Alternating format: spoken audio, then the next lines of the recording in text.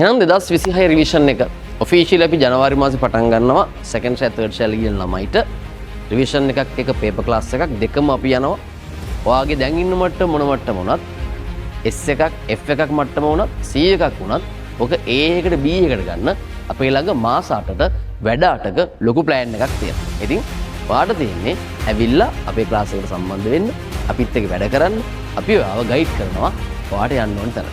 ඒ නිසා ජනවාරි මාසේ මුල් සතියේ ඉඳලා සංගල්ල මාතර තිස්ස ටවුන් තුනේම අපි ක්ලාස් පටන් ගන්නවා ගිය අවුරුද්දේ වගේ.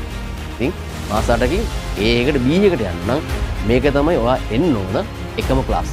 රැල්ලට එහෙ මෙහෙන් ගිහිල්ලා අන්තිම මාස දෙකේ තුනේ නම් ගේමක් ගහන්න හිතාගෙන අපේ ක්ලාස් වලට ජොයින් වෙලා වැඩක් නැහැ. ඒ නිසා මේ මාස 8ම හරියට ප්ලෑන් එකකට වැඩ කරන්න ඕන නම් මේක තමයි ඔයා එන්න ඕනේ රිවිෂන් එක. හරි.